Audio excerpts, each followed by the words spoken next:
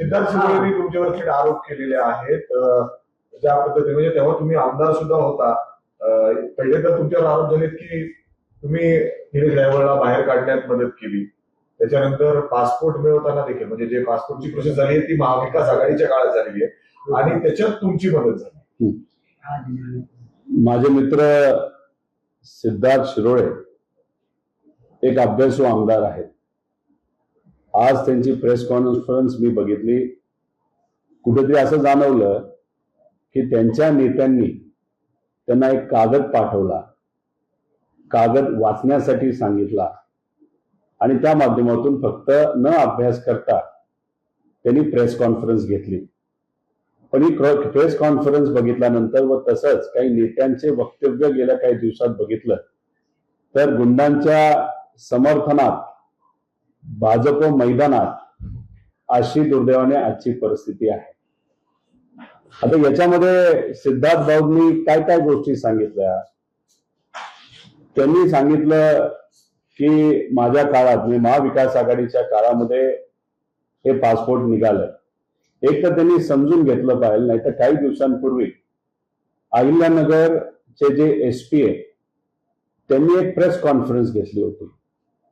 ती press conference आपण ऐकली तर त्या प्रेस कॉन्फरन्समध्ये त्यांनी म्हणजे एसपी साहेबांनी, होम डिपार्टमेंटचे एसपी असतात, कदाचित सिद्धार्थ भाऊंना ते माहीत नसावं, त्यांनी स्पेसिफिकली सांगितलेलं आहे जेव्हा आम्ही लोकेशन व्हेरिफिकेशनला गेलो, व्यक्ती व्हेरिफिकेशनला गेलो, ज्या पत्त्यावर आम्ही गेलो त्या पत्त्यावर ती व्यक्ती म्हणजे निलेश गायकवाड ही आम्हाला आढळली नाही असं स्पेसिफिकली तिथं दिलेलं आहे आणि ते रिपोर्ट सुद्धा झालेला आहे. मग हा रिपोर्ट कुठे गेला तर हा रिपोर्ट गेला पासपोर्ट ऑफिसमध्ये. पासपोर्ट ऑफिस हे कोणाच्या अंतर्गत असतं सिद्धार्थ भाऊ? हे पासपोर्ट ऑफिस विदेश मंत्रालयाच्या अंतर्गत येतं. 2014 पासून आतापर्यंत केंद्र सरकार कुणाचं आहे? हे भाजपचं सरकार आहे. अप्रत्यक्षपणे तुम्ही हे सांगण्याचा प्रयत्न करत आहात की जयशंकर साहेब जे विदेश मंत्रालयामध्ये 2014 पासून आहेत ते योग्य पद्धतीने काम करत नाहीत, त्यांचा विभाग भ्रष्ट आहे, गुन्ह्यांना समर्थन करणारा त्यांचा विभाग आहे, त्यांचे अधिकारी मॅनेज होऊ शकतात. म्हणजे कुठे ना कुठेतरी भाजपचं केंद्र सरकारवरच तुम्ही तिथं ताशिरे ओढलेत असं आपल्याला तिथं सांगावं लागेल. त्याच्याच बरोबर पत्ता कुठला आहे? तुम्ही बोलला जामखेडचा आहे. कृपा करून जरा नीट वाचा. तो अहिल्यानगर शहराचा पत्ता आहे आणि मी कर्जत जामखेडचा आमदार आहे. मी अहिल्यानगर शहराचा आमदार नाही. कोण आमदार आहे हे तुम्ही तुमच्या लेवलला तिथं बघावं. त्याच्याच बरोबर तुम्ही सुद्धा युकेला गेला असाल, अमेरिकेला गेला असाल, बऱ्याच ठिकाणी गेला असाल. विजा काढत असताना एक तुम्हाला कॅरेक्टर सर्टिफिकेट द्यावं लागतं, इन्कम टॅक्सचे रिटर्न द्यावे लागतात, बरेच इतर काय डॉक्युमेंटेशन हे द्यावं लागतं. त्यातले काय डॉक्युमेंटेशन हे सरकारकडे द्यावं लागतं. हे महाशय निलेश गायकवाड हे नेत्यांच्या जवळचे जे गुंड प्रवृत्तीचे नाही तर गुंड व्यक्ती आहेत, यांनी विजा व्हेरिफिकेशन तर विजा घेत असताना कॅरेक्टर सर्टिफिकेशन हे झालं असेल तर गेल्या काही महिन्यांमध्ये झालेलं आहे. आणि गेल्या 3-3.5 वर्षामध्ये आपल्या महाराष्ट्रामध्ये कोणाचं सरकार आहे तर हे भाजपचं सरकार आहे. त्यामुळे 15 मिनिटाची त्यांची म्हणजे शिरोळे भाऊंची पत्रकार परिषद ही आपण सर्वांनी ऐकली. मराठी पत्रकारांचे मी आभार व्यक्त करतो. योग्य असे प्रश्न त्यांनी विचारले. बरेच प्रश्न विचारल्यानंतर सिद्धार्थ भाऊ जे अर्धवट माहितीवर त्यांच्या नेत्यांनी त्यांना दिलेला जो कागद होता त्या कागदाचा अभ्यास करून, विषयाचा अभ्यास न करता फक्त कागदावर काय लिहिलं याचा अंदाज घेत तिथं त्यांनी पत्रकार परिषद घेतली. 8 मिनिटं जे प्रश्न पत्रकारांनी त्यांना विचारले त्याच्यावर दुर्दैवाने त्यांना उत्तर देता आलेलं नाही. मी सिद्धार्थ भाऊ शिरोळेंना हा कागद दाखवतो. हे आहे कोर्टाचा एक निर्णय. हा कोर्टाचा निर्णय कधीचा आहे? 2017चा आहे. निकाल तारीख 16 ऑगस्ट 2017. 2017ला सुळे भाऊ कोणाचं सरकार होतं? तर भाजपचं सरकार होतं. होम मिनिस्टर कोण होते? देवेंद्र फडणवीस साहेब होते. आता होम मिनिस्टर कोण आहेत? देवेंद्र फडणवीस साहेब आहेत. त्यावेळेस 2017ला हे कॅबिनेट मंत्री तुमच्या मंत्रालयामध्ये नाही तर तुमच्या मंत्री समितीमध्ये कॅबिनेट मंत्री एक होते. ते कोण होते? तर राम शिंदे सर होते. 2017ला राम शिंदे सर हे कॅबिनेट मंत्री होते आणि त्याच्या आधी ते कुठल्या विभागाचे मंत्री होते? तर राज्य गृह खात्याचे ते राज्यमंत्री होते. आता या निकालामध्ये आपण जर वाचलं तर याच्यामध्ये स्पेसिफिकली दिलंय की पोलीस विभागाला निलेश गायवळच्या विरोधात पुरावे देता आले नाही. जे दिले ते अपुरे होते आणि पोलीस प्रशासन कुठेतरी कमी पडलं म्हणून त्यांना जो मोका लागला होता, जे तडीपार झाले होते, त्याच्यातून त्यांना सोडण्यात आलं. म्हणजे देवेंद्र फडणवीस साहेब आणि राम शिंदे हे सत्तेत असताना त्यांना निर्दोष मुक्तता ही मिळाली होती. 2017ला तर मी कर्जत जामखेडचा विचार सुद्धा करत नव्हतो. मी आमदारकीचा सुद्धा विचार करत नव्हतो. कदाचित मी फक्त जिल्हा परिषद सदस्य झाला असेल. मग याच्यात तुमच्या काळातच तुम्ही त्यावेळेस पोलीस प्रशासनाच्या मदतीने कोर्टात पुरावा न देता निलेश गायवळला तिथं तुम्ही मदत केली आणि मग तिथून जी तुमची मदत सुरू झाली ती नंतर पार ती मदत अधिवेशनामध्ये त्यांना घेऊन जाण्यापर्यंत मोठ्या मोठ्या नेत्यांना भेटवण्यापर्यंत, ज्याच्यामध्ये तुम्ही जर बघितलं एक तर तुमच्या प्रचारामध्ये ते दिसतात आपल्याला, त्याच्याबरोबर अनेक व्हिडिओ आहेत. फार तुम्ही मंत्रालयामध्ये त्यांच्या बंधूंना घेऊन बसला होता. अजून तुम्ही खोलामध्ये तिथे गेलात तर तिथे तुम्ही फार त्यांना त्यावेळेसचे जे मुख्यमंत्री होते त्या मुख्यमंत्री साहेबांना सुद्धा म्हणजे एकनाथ शिंदे साहेबांना तिथं तुम्ही त्यांना भेटवलं. काही लोक म्हणतील अरे फोटो काय दाखवतो, तुझे सुद्धा फोटो आहेत. मंदिराच्या बाहेर सहजपणे एखादा फोटो काढला. सामाजिक कार्यक्रमामध्ये तोंडावर पट्टी असताना अशी एक व्यक्ती म्हणजे माझी आई, ज्याला राजकारण कळत नाही, नाहीतर राजकारणात ती लक्ष देत नाही, तिथं तिचा व्हिडिओ दाखवून तुम्ही काय सिद्ध करण्याचा प्रयत्न करत आहे की मी पाठबळ देतो? अहो, हे जर सगळे फोटो बघितले तर मंत्रालयातले फोटो आहेत. मंत्रालयात गरीबाला जाता येत नाही, साध्या लोकांना जाता येत नाही, अधिवेशनामध्ये सुद्धा जाता येत नाही. त्याला तिथं परवानगी लागते, सपोर्ट लागतो.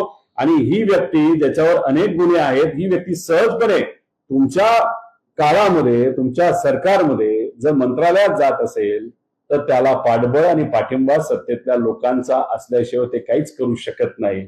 आणि माझं ठाम मत आहे, आणि मी ह्याच्यात राजकारण करत नाही, राम शिंदे सरांनी जे सभापती आहेत त्यांनीच निलेश गायवाळला ही मदत केली. त्याच्याच बरोबर आपण जर बघितलं तर सचिन गायवाळ ज्यांना तिथं बंदुकीचं लायसन्स द्यायचं होतं त्यासाठी सुद्धा फोन आणि प्रेशर हे राम शिंदे सरांनीच केलं. आणि हे वक्तव्य करत असताना मी बोलतोय असं नका समजू, रामदास कदम साहेबांनी स्पेसिफिकली सांगितलेलं आहे की एक अशी व्यक्ती ज्याचे मंत्री सुद्धा ऐकतात, आमदार ऐकतात आणि विधिमंडळामध्ये सगळ्यात मोठं पद त्या व्यक्तीकडे आहे. म्हणजे त्याचं नाव कोण? तर त्यांनी नाव नसलं घेतलं तरी ते राम शिंदे सरांचंच नाव येतं. सत्तेतलेच एका मोठ्या नेत्यांनी राम शिंदे सरांचं अप्रत्यक्षपणे तिथं नाव घेतलं असेल तर याचं इन्व्हेस्टिगेशन झालं पाहिजे अशी मागणी तिथं आम्ही सर्वजण करतो. तुमच्याकडे होम मंत्रालय आहे, तुमच्याकडे तिथं सगळे पोलीस प्रशासन आहे, त्यामुळे योग्य असा वापर करू. खरं काय हे कुठेतरी तुम्ही पुढे आणा. आणि तुम्ही अशा पद्धतीने गुंडांना सहकार्य केल्यामुळे, पाठबळ दिल्यामुळेच आज या महाराष्ट्राची परिस्थिती आपण जर कायदा व सुव्यवस्थेची बघितली तर अतिशय वाईट आहे. याच्यात जर खोलात गेलो तर 500 बलात्कार हे दुर्दैवाने आपल्या पुणे जिल्ह्यामध्ये तिथं झालेले आहेत. 12,000 पेक्षा जास्त केसेस गुंडागर्दीचे आपल्या या जिल्ह्यामध्ये तिथं झालेले आहेत. झालं असे की पुणे एसपी आणि सीपी हे कोण बसवतं? हे देवेंद्र फडणवीस साहेब बसवतात. कलेक्टर कोण बसवतं? पालकमंत्री अजितदादा बसवतात. आणि पुणे मनपा आयुक्त कोण बसवतं? तर तिथं शिंदे साहेब जे उपमुख्यमंत्री आहेत ते तिथं बसवतात. म्हणजे पुणे जिल्ह्याला, पुणे शहराला सुद्धा या 3 नेत्यांनी वाटून घेतलंय आणि यांच्यातच संवाद नसल्यामुळे खऱ्या अर्थाने पुण्याचं वाटोळं झालंय आणि क्राईम रेट वाढत चाललाय आणि तिथं लोकांना खूप मोठ्या प्रमाणात ही अडचण ही सोसावी लागते. त्यामुळे आमच्या मित्र शिरोळे भाऊंना एवढंच सांगायचं आहे, तुमचे नेते म्हणजे देवेंद्र फडणवीस साहेब, त्यांना सवय अशी आहे की बहुजन नेत्यांना, आसपासच्या तुमच्या पक्षाच्या नेत्यांना जवळ करायचं आणि जवळ केल्यानंतर तिथं त्यांचा फक्त वापर करायचा. या प्रेस कॉन्फरन्स मध्ये सुद्धा तुमचा वापर केला आणि काय केलं तर तुम्हाला तोंडावर पाडलेलं आहे. अजून जास्त अभ्यास करून जर तुम्ही प्रेस कॉन्फरन्स घेत असाल तर ती तुम्ही घ्या. अनेक व्हिडिओ अनेक लोकांनी टाकलेत. देवेंद्र फडणवीस साहेबांनी सुद्धा एका भाषणामध्ये सचिन गायकवाडचं नाव घेतलेलं आपण सर्वांनी तिथं बघितलेलं आहे. त्याच्याबरोबर दंगेकर भाऊ हे अनेक दिवसांपासून हा मुद्दा पुणेकरांच्या वतीने मांडत असताना आम्हाला असं कळतंय की भाजपच्या काही नेत्यांनी त्यांना झापले, त्यांना रागवले, त्यांना तंबी दिली आहे. आता दंगेकर साहेब शांत बसतात का लढतात हे आपल्याला बघावं लागेल. पण एक गोष्ट आपल्याला सांगतो, पोलीस प्रशासनाच्या माध्यमातून काही चांगल्या पोलिसांनी आणि इतरही सोर्सेसच्या मदतीने आम्हाला थोडंसं असं कळलेलं आहे की अनिल परब साहेब हे तर मोठे नेते, त्यांना प्रोटेक्शन असतंच, पण दंगेकर भाऊ आणि त्याच्याचबरोबर सुषमाताई यांना आणि त्यांच्या परिवाराला सिक्युरिटी देण्याची जरूरत आहे. जो व्यक्ती अहमदाबाद वरनं युकेला जाऊ शकतो, लंडनला जाऊ शकतो, तो कदाचित परत त्याच मार्गाने येईल असं वाटत नाही. पण आपल्या देशाच्या आसपास काय अशा बॉर्डर आहेत की आज घर तेराही आहे अशी परिस्थिती, म्हणजे नेपाळ बॉर्डर, इथं थोडंसं लक्ष देण्याची जरूरत आहे. पण या नेत्यांच्या केसाला धक्का तरी लागला तरी पूर्णपणे हे सरकार त्याला जबाबदार असेल असं जबाबदारीने मी इथं बोलतो. धन्यवाद. तुम्ही म्हणताय की सीएमचा जो व्हिडिओ तो व्हिडिओ आहे का तुमच्याकडे? ऑलरेडी सुषमाताई अंधारेंनी तो व्हिडिओ टाकला असं आम्हाला कळालेलं आहे. सोशल मीडियाचे काही अकाउंट मी तिथं बघितलेले आहेत. तुम्हाला लागलं तर तो व्हिडिओ मी तुम्हाला देतो.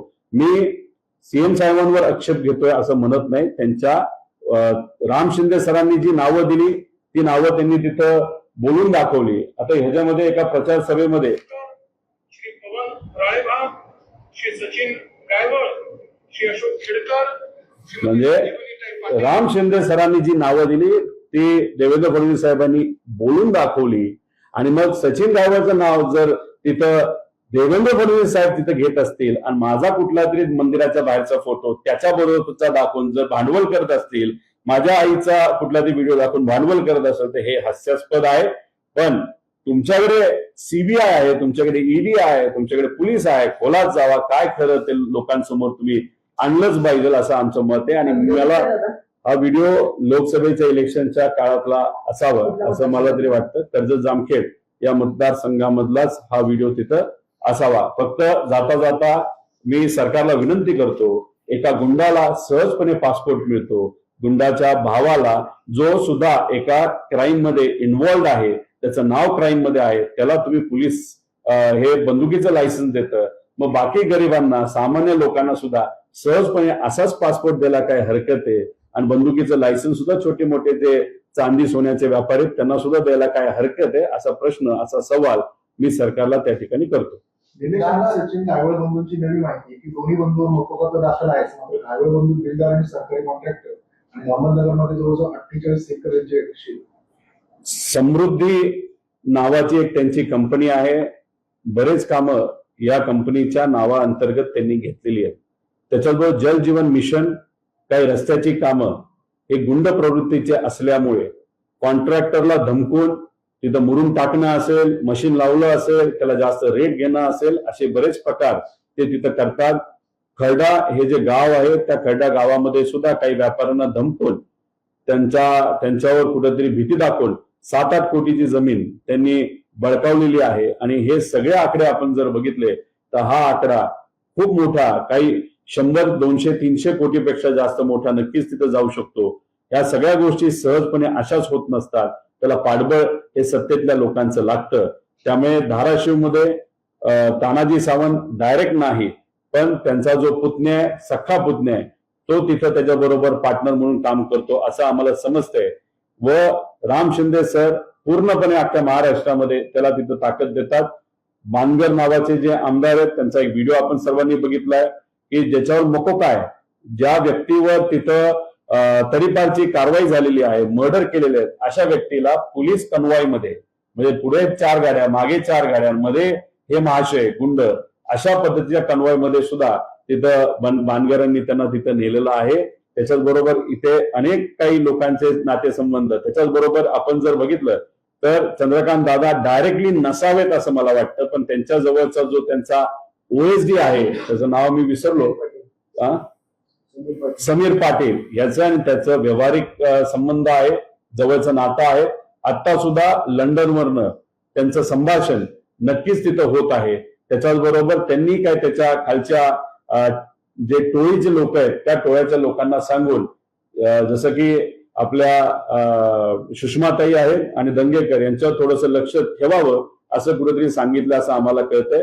आमच्यावर सुद्धा सांगितलं असावं, पण आम्ही त्या बाबतीत काय करायचं ते आम्ही स्वतः तिथं बघून घेऊ. दादा तुम्ही तानाजी सावंत यांचं नाव घेतलं की कंपनीमध्ये पार्टनरशिप आहे, बरोबर आहे? थेट नाही पण पार्टनरशिप आहे. कुठली ती कंपनी आहे आणि अजून कुठल्या नेत्यांचे कोणी रिलेटिव्ह या कंपनीत बोर्डवरती आहेत? नाही, आता याच्यामध्ये हा जो कदाचित त्याचं नाव आहे धनंजय सावंत, हा ते कुठे आहे? हा धनंजय सावंत हे निलेश गायकवाड तिथं काम करतात. तुम्ही जर बघितलं तर पवन चक्क्या या लावण्याचं काम मोठ्या प्रमाणात धाराशिवमध्ये सुरू आहे. 2 प्रकरणं तिथं झाली होती. शेतकऱ्यांना मारहाण आणि धमक्या ह्या दिल्या गेल्या होत्या. तिथं निलेश गायकवाड इन्व्हॉल्ड होता. त्याच्याच बरोबर तिथं एका कंपनीचं ऑफिस आहे, ते कार्यालयाचं ऑफिस तोडलं गेलं होतं. त्याचे सुद्धा काही व्हिडिओ आहेत. त्याच्यामध्ये या लोकांचे जवळचे लोक तिथं आहेत. म्हणजे आपण जर बघितलं हे ते कार्यालय आहे, हे सगळे व्हिडिओ म्हणजे त्यांचे जवळचे गुंड, जसे पुण्यात गोळीबार केलेल्या जे काही 11-12 लोक आहेत त्यातले ठराविक पकडले, बाकी सगळे अजून सुद्धा फरार आहेत. तसंच तिथं त्यांचा तिथं मोठ्या प्रमाणात वापर हा केला गेला होता असं आमचं मत आहे. अजून काय? नाही, आज त्याला म्हटले की सगळेच काकीच्या घरात राहतात आणि आपण तुमचा प्रश्न असं विचारला होता की रोहित दादांच्या आईचे म्हणजे तुमच्या वहिनीचे देखील ते फोटो त्या मतदारसंघातले व्हायरल होते. त्याच्यात दादांचं स्पष्ट उत्तर आलं की सगळेच काचेच्या घरात राहतात. एका वाक्यात ते उत्तर सांगतो. त्यांचं गोष्ट कुणाकडे होता म्हणणं काय होतं मला तरी नाही सांगता येणार, पण याच्यामध्ये काही ठराविक फोटो जर आपण बघितले आमच्याकडे आहेत, पण आज मी देणार नाही, ते उद्या दाखवतो तुम्हाला. विषय एवढाच आहे, हे बघा, आमचं घर ईडीने बघितलंय, आमचं घर CBIने बघितलेलं आहे, आमचं घर इन्कम टॅक्सने बघितलेलं आहे, आमचं घर CID महाराष्ट्र विभागाने तिथं बघितलेलं आहे. म्हणजे आता कुठलाच विभाग नाही राहिला की आमचं काचेचं आहे, सोन्याचं आहे, चांदीचं आहे का विटेचं आहे, सगळ्यांनी आमचं घर बघून तिथं झालेली आहेत. त्यामुळे जे नेते आज आमच्यावर बोलत आहेत त्यांचं घर काचेचं नक्कीच आहे. अनेक पुरावे आमच्याकडे आहेत. ते पुरावे आज मात्र तिथं आम्ही देणार नाही. योग्य वेळ आल्यानंतर नक्कीच ते पुरावे आम्ही सर्वजण देऊ. आणि मला शिरोळे भाऊंना सुद्धा सांगायचंय, कदाचित मी डायरेक्ट बोलणार नाही, तुम्ही सुद्धा काचेच्या घरात काही व्यक्तिगत कारणांमुळे राहता हे मला आम्हा सगळ्यांना तिथं माहिती आहे, पण त्या लेवलचं राजकारण हे आम्ही करणार नाही. तुम्ही मित्र आहात, तुमच्यात पोटेन्शियल आहे, नक्कीच तुम्ही चांगलं कार्य कराल. ज्या काही पर्सनल गोष्टी असतात, ज्या तुमच्या जवळच्या असतात, त्या व्यक्तिगत असतात, त्या खोलात आम्ही कधीही जात नाही, कारण आम्हाला त्या पद्धतीचं राजकारणच कळत नाही, नाही तर आम्हाला करायचं नाही. तुमच्या फोटो आता तुम्ही फोटो फोटो दिसतोय त्याचं नाही का? नाही, अजून नाहीये, उद्यापर्यंत मी दाखवतो. आता येताना उत्साहाच्या भागामध्ये असं काही बोलून जातात आणि हे स्टेटमेंट अडचणीचं ठरतात असं कोणी भाषणं केली का किंवा काय भाषणं केली त्याचा विचार करायला पाहिजे असं दादा म्हटलं. ठीक आहे, मोठे नेते आहेत, कदाचित पुणे जिल्ह्यामध्ये ते पालकमंत्री असले तरी त्यांना महानगरपालिकेचा आयुक्त हा आज बसवता येत नाही. पुणे जिल्ह्याचे SP हे त्यांना बसवता येत नाहीत. पुणे शहराचे CP हे देवेंद्र फडणवीस साहेबच बसतात. त्यामुळे कदाचित ते थोडेसे नाराज असावे आणि त्यांचं सुद्धा मत असंच आहे की आज पुणे जिल्ह्यामध्ये मोठ्या प्रमाणात गुन्हेगारी ही वाढलेली आहे. दादा, म्हणजे थोडक्यात असं म्हणायचं की अजितदादांचं हे अधिकारीकरण म्हणजे हे वरिष्ठ अधिकारी कोणी ऐकत नाही सध्या. तुम्हाला हेच सांगतोय, कलेक्टर हा अजितदादांच्या विचाराचा, अजितदादां जो सांगेल तो कलेक्टर तिथे येतो.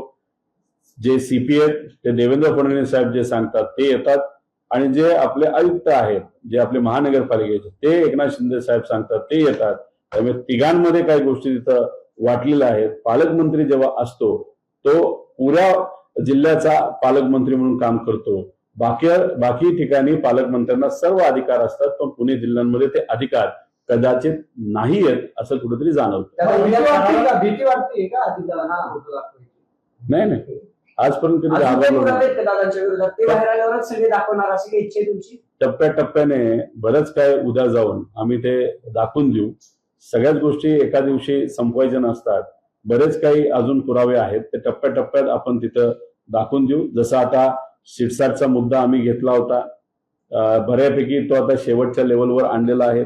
सुप्रीम कोर्टामध्ये काही सामाजिक कार्यकर्ते, काही संघटना शिरसाटच्या विषयामध्ये गेले होते आणि कालच तुम्ही बघितलंय की सुप्रीम कोर्टाने आदेश दिलेत राज्य सरकारला की त्या व्यक्तीवर कारवाई करा आणि सर्व लोक, ज्याच्यात शिरसाट सुद्धा येतात, बिवलकर सुद्धा येतात, ह्यांना तिथं नोटिसेस पाठवा.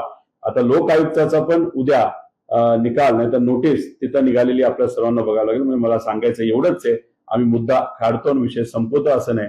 सातत्याने आम्ही विषय घेत राहतो आणि त्याला पूर्णत्वास नेण्याचा प्रामाणिकपणे प्रयत्न तिथं करतो. अजितदादांचा कधी येणार शिरसाटाचा संपल्यानंतर की लगेच काढणार? आता विषय एवढाच आहे की इथे आम्हाला जे कळालं, राम शिंदे सर हे जास्त इन्व्हॉल्ड आहेत याच्यामध्ये. होम मंत्रालयाने सुद्धा त्यांना खूप मोठ्या प्रमाणात मदत ही केलेली आहे. त्यामुळे निलेश गायकवाडच्या बाबतीत जे काही इतर लोकांचं नाव घेतलं जातं त्याच्यापेक्षा प्रमुख व्यक्ती कोण, तर राम शिंदे सर आहे असं आमच्या सगळ्यांचं मत असल्यामुळे आता तरी फोकस हा एका व्यक्तीवर आहे. आणि जर आम्ही बोलतो ते खोटं असेल, चुकीचं असेल, तर तुमच्याकडे पोलीस प्रशासन आहे. जे काही इन्व्हेस्टिगेशन तुम्हाला करायचं ते तुम्ही करा. जे काय गोष्टी तुम्हाला बाहेर काढायचे ते बाहेर काढा आणि मग बाहेर आल्यानंतर नक्कीच त्या बाबतीत आपण काय करायचं आणि कसं करायचं हे बघूया. काही मोठे कॉन्ट्रॅक्टर आहेत, ते कॉन्ट्रॅक्टर सुद्धा राम शिंदे सरांच्या घरी काही बैठका त्यांच्या निलेश गायकवाड बरोबर झालेला, त्याचे सुद्धा काही पुरावे आमच्याकडे आहेत. पण ते पुरावे टप्प्याटप्प्याने आम्ही सर्वजण येत्या काळामध्ये देऊ. नाही, राम शिंदे साहेब सध्या परदेशात आहेत. त्यांनी- वाटतं का तो? त्यांनी ते असं- परदेशात आहेत, हा. राघव पण परदेशात आहेत. त्यांनी असं असं काय वाटतं का? काहीतरी गेले तो. विषय एवढाच आहे की कदाचित एक जण अमेरिकेत आहे, एक जण युके मध्ये आहे असं तरी समजतं. आता दोघं भारताच्या बाहेर आहेत आणि एका वेळेसच ते बाहेर तिथं गेले. आणि जेव्हा निलेश गायकवाडवर ॲलिगेशन सुरू झालं होतं तेव्हा त्या काळामध्ये माझ्या मतदारसंघामध्ये मोठ्या प्रमाणात पाऊस सुरू होता. पाऊस इतका सुरू होता की चोंडी हे जे गाव आहे, जे राम शिंदे सरांचं गाव आहे, ते सुद्धा पाण्याखाली होतं. पण एका बाजूला निलेश गायकवाडचा विषय हा पेटला असल्यामुळे कदाचित राम शिंदे सरांना त्या विषयाकडे, निलेश गायकवाडला आपल्याला कसं वाचवता येईल याच्याकडे जास्त लक्ष असल्यामुळे मुंबईत ते बिझी राहिले. 3 दिवस तिथे राहिले, गाव पाण्याखाली असताना सुद्धा. आम्ही मात्र लोकांना मदत करण्यासाठी माझ्या मतदारसंघामध्ये तिथं होतो, चोंडी या गावामध्ये होतो. याच्यावरूनच कळतं की प्रायोरिटी राम शिंदे सरांची लोक नसून अशी गुंड नाही तर कॉन्ट्रॅक्टर लोक आहेत. आता आज हे दोघं जर बाहेर असतील, भारताच्या बाहेर, तिथून ते सोशल मीडियाच्या मदतीने सुद्धा बोलू शकतात, नॉर्मल फोनवर सुद्धा बोलू शकतात. कदाचित तिथे बसून एक रणनीती ते डिझाईन करतील. रणनीती डिझाईन केल्यानंतर आल्यानंतर राम शिंदे सर एक प्रेस कॉन्फरन्स घेतील आणि त्यातून बऱ्यापैकी माहिती ही निलेश गायकवाडनीच तिथे दिली असेल. आम्ही वाट बघत आहोत काय पद्धतीची प्रेस कॉन्फरन्स होती. म्हणून सगळे पुरावे आज तिथे देणार नाही. त्यांची प्रेस कॉन्फरन्स झाल्यानंतर अजून इतर पुरावे जे एकदम व्यक्तिगत आहेत ते पुरावे आम्ही नक्कीच देऊ. ठीक आहे, थँक्यू. एक मिनिट. आणि तो वेगळे प्रश्न होते. काय म्हणतो? महाविकास आघाडीचं शिष्टमंडळ निवडणूक आयुक्तांना भेटणार आहे. शरद पवार, उद्धव ठाकरेंच्या नेतृत्वात भेट होणार आहे. राज ठाकरे आता महाविकास आघाडीच्या शिष्टमंडळात सहभागी होणार. तुम्ही जर बघितलं तर राज ठाकरे साहेबांचं सुद्धा मत आहे की वोट चोरी झाली आहे. त्याच्याचबरोबर इलेक्शन कमिशन जसं वागतंय ते स्वायत्त संस्थेसारखं वागत नाही. भाजपचा प्रभाव हा इलेक्शन कमिशनवर खूप मोठ्या प्रमाणात आहे. त्या अनुषंगाने एक तर विधानसभेमध्ये वोट चोरी झालीच, पण त्यानंतर सुद्धा आतापर्यंत बऱ्यापैकी काही बदल हे मतदार यादीमध्ये झालेत असं आम्हाला वाटतं. त्यासाठी एक शिष्टमंडळ हे इलेक्शन कमिशनला लवकरच तिथं भेटेल आणि त्याच्यात जर तिथं राज ठाकरे साहेब येत असतील आणि त्यांनाही शंका जर त्या इलेक्शन प्रोसिजरवर असेल तर स्वागत करण्यासारखी गोष्ट आहे. मराठवाड्यात भाजपला अजित पवार नकोय. भाजपची मध्यरात्रीपर्यंत महत्वाची बैठक झाली, भाजप युती आणि स्वबळावर चर्चा असं सूत्र सांगताय. शिवसेनेशी थोडं जुळेल पण राष्ट्रवादीशी युती नको. भाजप पदाधिकाऱ्यांची मुख्यमंत्री फडणवीसांसमोर भूमिका आहे. एक तुम्ही समजून घ्या, जिल्हा लेवलला ह्या गोष्टी होत आहेत त्या आम्ही समजू शकतो, पण 2029ला भाजपला तसंही अजितदादांचा पक्षही नको आणि एकनाथ शिंदे साहेबांचा पक्षही नको हे सिद्ध तिथं झालेलं आहे. एकनाथ शिंदे साहेब हे मोठे राज्याचे नेते नक्कीच होते, चांगल्या योजना ज्या लोकांनी स्वीकारल्या त्या त्यांनी आणल्या, पण देवेंद्र फडणवीस साहेब मंत्री झाल्यापासून टप्प्याटप्प्याने एक एक योजना ते कमी करत चाललेले आहेत. जसं की आनंदाचा शिदा हा कमी केलेला आहे, धार्मिक पर्यटन याला एक मोठ्या प्रमाणात निधी दिला जात होता, तो कुठेतरी बंद झालेला आहे. त्याच्याचबरोबर लाडक्या बहिणी 30 लाख लाडक्या बहिणींची नावं कमी केली. नाव एकनाथ शिंदे साहेबांचं दुर्दैवी तिथं खराब होतंय, पण कदाचित देवेंद्र फडणवीस साहेबांना तेच हवं असावं. अजितदादांच्या बाबतीत सुद्धा आपण जर बघितलं असेल की त्यांचे नेते हे बऱ्यापैकी अडचणीत आलेले आपण बघू शकतो.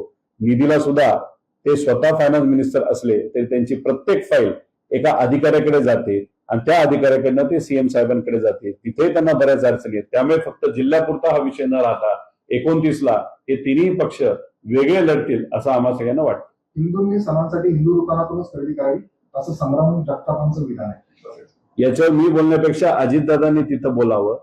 एका बाजूला मुस्लिम समाजाच्या वेगळ्या वेगळ्या बैठका तुम्ही तिथं घेता, तुमचे मंत्री जे मायनॉरिटीचे मंत्री आहेत ते वेगळे कार्यक्रम हे मुंबईमध्ये तिथं घेतात आणि दुसऱ्या बाजूला संग्राम जगताप हे अशा पद्धतीने खालच्या लेवलला जाऊन तिथं वक्तव्य करत असतील, त्याला आपण काय म्हणणार? संग्राम जगतापांनी ठरवलेलं आहे की 2029चं इलेक्शन हे भाजपच्या तिकिटावर तिथं लढायचं आणि तसं जर लढायचं असेल तर द्वेष निर्माण केल्याशिवाय आपण लढूच शकत नाही, हे सिद्ध झालेलं आहे. हे आम्ही लिहून देतो. तिथं तटकरे साहेब खासदारकी भाजप बरोबर लढतील, इथं हा जो जगताप संग्राम जगताप आहे ते 100% भाजपवर लढणार आहेत. आणि हेच तुम्ही जर बघितलं तर काही नेत्यांना अडचणीत आल्यासारखं दाखवतात. देवेंद्र फडणवीस साहेब त्यांना बोलावतात, आमदारांना बोलावतात आणि सांगतात तुझा नेता तुझ्यावर नसला तरी मी तुझ्या बरोबर आहे. त्याचा अर्थ एकच येतो की बाबांनो 29ला तुम्हाला भाजपच्या चिन्हावर तिथं लढावं लागणार आहे, तेव्हा मात्र तुम्ही आमच्या बरोबर या. हे त्याची पूर्णपणे तयारी आतापासून सुरू झाली आहे असं कुठेतरी आपल्याला म्हणता येईल. जैन धर्माच्या सभेत एक वक्तव्य, प्राण्यांवर हल्ला केला तर आम्ही शस्त्र हातात घेऊ. फडणवीसांना आम्ही साधू संतांनी मिळून मुख्यमंत्री केले असं त्यांचं म्हणणं आहे. लोकांनी मिळून तिथं मुख्यमंत्री केलेलं आहे. आता याच्यामध्ये त्यांचं काय मत होतं, कुठल्या विषयावर ते बोलले, कदाचित कबूतर खाण्याच्या बद्दलचा त्यांचा मुद्दा असायचा.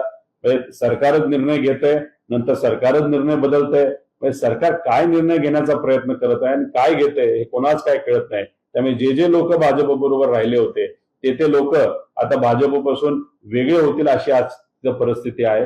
काय होतंय की केंद्रात यांचं सरकार, राज्यात यांचं सरकार, तरी सुद्धा हिंदू खतरे में आहेच. आता हिंदू खतरे में कधी बाहेर निघेल जेव्हा कदाचित वर आणि खाली भाजपचं सरकार नसेल तेव्हाच ती परिस्थिती येईल. का?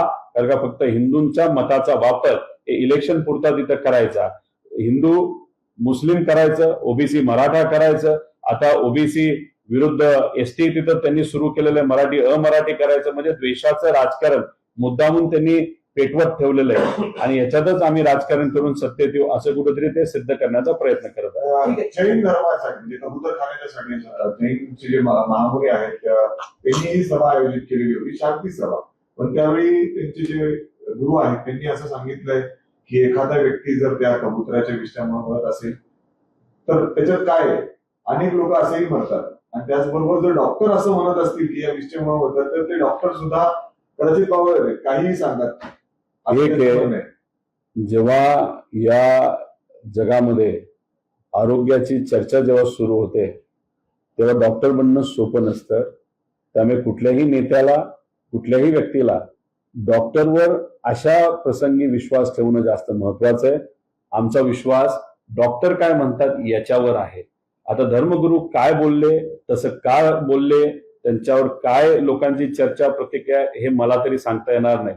फक्त माझं एकच मत आहे, आमच्या परिचयाचे जैन समाजाचे जी लोक आहेत त्यांचं मत एवढंच होतं, अचानक कबूतरखाना बंद केल्यामुळे कबुतरांना जी अनेक वर्षांपासूनची सवय तिथे येऊन खाण्याची होती ती मोडल्यामुळे कबूतर ही मरण पावले तिथं मेल्यामुळे आणि जैन समाजामध्ये जनावरं असतील, प्राणी असतील, पशु असतील, यांना खूप आणि माणसं असतील खूप महत्व दिलं जातं. त्यामुळे लोक बऱ्यापैकी हे भावनिक झाले होते. पण जेव्हा वेळ सायन्स आणि कुठेतरी अंधश्रद्धा याच्यावरचा विषय येतो तेव्हा आम्ही सायन्सच्या पाठीमागे भक्कमपणे उभे राहतो. नॅशनल अॅनिमल म्हणून घोषित करावा अशी देखील मागणी या सभेमध्ये करण्यात आली. नाही, जे काय करायचं करा. गायी तर नॅशनल अॅनिमल झाली असं मला वाटतं. अजून इतरही अॅनिमल्स करा. आणि या बीजेपीच्या सरकारच्या काळामध्ये माणसांना सुद्धा नॅशनल काहीतरी करा. कारण का तिथे अत्याचार महिलांवर होत आहेत, त्याच्याबद्दल कुणीच काय खरं ना. अतिवृष्टीमध्ये माणसं मरण पावली, आत्महत्या तिथं करत आहेत. युवांना नोकऱ्या नाहीत, ते आत्महत्या तिथं करतायत. जर नॅशनल पदवी दिल्यानंतरच माणसं आणि सरकार त्या व्यक्तीकडे नाही तर त्या गोष्टीकडे लक्ष देणार असतील तर माणसांना सुद्धा दर्जा देऊन टाका. नॅशनल माणूस दर्जा नाही तर ह्युमन दर्जा. त्याशिवाय लोक माणसांकडे मात्र त्या ठिकाणी बघणार नाही. कबुतरांना वाचवा तरच त्यांचीच जे लोकनी कबुतरांना वाचवेल त्याचीच मुंबई महानगरपालिकेवर सत्ता येईल असं देखील या महामुलींचं म्हणणं आहे. आता ठीक आहे, आता ती कुठली सभा, काय ते बोलले, किती त्यांचा त्या बाबतीतला अभ्यास आहे मला नाही सांगता येणार. पण जैन समाज भावनिक आहे या विषयाच्या बाबतीत आणि भावनेच्या भरामध्ये कदाचित ते तिथं बोलले असावे. पण अंधविश्वास हे योग्य नाही. आपल्याला सायंटिफिक विचारानेच पुढे जावं लागतं. पण हे करत असताना कुठलाही निर्णय जेव्हा सरकार घेते अचानक पद्धतीने तुम्ही जेव्हा करता तेव्हा तिथं अडचणी नक्कीच येत असतात. जसं की कबूतरखान्याच्या बाबतीत अचानक बंद केल्यामुळे अडचणी नक्कीच निर्माण झाल्या. त्याला कुठेतरी एक दीर्घकालीन धोरण आणून टप्प्याटप्प्याने काय गोष्टी केल्या असत्या तर मग आजारपण आणि तिथं असणाऱ्या इतर लोकांना जो त्रास तोही सुटला असता आणि जैन समाजाच्या भावनिक ज्या संवेदना होत्या त्या सुद्धा तिथं जपल्या गेल्या असत्या. बाबासाहेब पाटील सहकार मंत्री ते म्हणतायत की शेतकऱ्याला नाद लागलाय कर्जमाफीचा. आता ही सध्या परिस्थिती आहे, अपुरी मदत मिळतीये, मग असं वक्तव्य करणं कितपत योग्य आहे सहकार मंत्री? कसं योग्य असणार? कुठल्याही मंत्र्याचं अशा पद्धतीचं वक्तव्य हे योग्य नाही. तुम्ही शेतकऱ्याला जर तिथं हिनवत असताल की नाद लागलाय, आज शेतकरी अडचणीत आलाय तर अडचणीकडे बघण्याची आज खऱ्या अर्थाने वेळ आहे. तर तुम्ही सहजपणे भाषणामध्ये बोलून जाता नाद लागलाय. आता नाद कदाचित तुमच्या काही नेत्यांना वेगळ्या वेगळ्या प्रकारचा नाद असेल तो तुम्ही तुमच्या लेवलवर बघा. पण अशा पद्धतीने तुम्ही शेतकऱ्याला जर हिनवत असाल ते आम्ही कदापि तिथं स्वीकारणार नाही. आणि असंही तुम्ही बोलून गेला की इलेक्शनच्या आधी बरंच काय आम्हाला बोलावं लागतं, आश्वासनं द्यावी लागतात. मग आता तुम्ही सत्तेत आलेला आहे, मग कुठेतरी हे तुम्ही म्हणत आहात की इलेक्शनच्या आधी आम्ही लोकांना गंडवलं, आम्ही फसवलं, आम्ही खोटं बोललो आणि मग त्याच्यावर आम्ही निवडून आल्यानंतर आम्ही मात्र लोकांना तिथं विसरून गेलो. कुठेतरी बाबासाहेब पाटलांनी हे तिथं सिद्ध केलं की या सर्व नेत्यांनी, ज्याच्यामध्ये देवेंद्र फडणवीस साहेबांचं पण नाव येतं, अजितदादांचं पण येतं, एकनाथ शिंदे साहेबांचं येतं आणि इतरही सर्व नेत्यांनी काय केलं तर लोकांना फसवलं. फसवून हे सत्तेत आलेलं आहे. म्हणजे हे फसवं सरकार आहे, हे कुठंतरी गंडवणारं सरकार आहे, हे गुंडांचं सरकार आहे, हे कॉन्ट्रॅक्टरचं सरकार आहे. ते आमदार आहेत भुमरे म्हणून ते म्हटले की मी बाहेरून मतदान आणलं होतं निवडणुकांनी, त्याच्यावरती मी जिंकून आलो. अहंकार आहे. त्यांनी कुठेतरी अप्रत्यक्षपणे राहुल गांधीजींना पाठिंबा दिला असं आपल्याला म्हणावं लागेल. आमच्यातले पण बरेच उमेदवार हेच सांगतात की बाहेरून हे मतदान आणलं गेलं होतं. काही कॉलेजेसची मुलं हे बिहारचे, युपीचे, गुजरातचे, त्यांचं रजिस्ट्रेशन महाराष्ट्रात झालं आणि त्या मुलांनी सुद्धा आम्ही महाराष्ट्राचे नागरिक आहोत अशा दृष्टिकोनातून तिथं मतदान केलं. त्यामुळे हे जे काही तिथं सत्तेतले आमदार बोलतात ते योग्यच बोलतात. त्यांनी हे फक्त केलं असं नाही, प्रत्येक मतदारसंघामध्ये अशाच पद्धतीने बाहेरून पैसे देऊन हे सगळे मतदार आणले आणि त्याच्यावर हे सर्वजण निवडून आलेले आहेत. म्हणजे वोट चोरी 100% तिथं झालेली आहे. आमदारांनी कबूल केलंय की त्यांनी आमदारांनी कबूल केलंय म्हणजे सरकारने कबूल केलंय असं आपल्याला म्हणावं लागेल.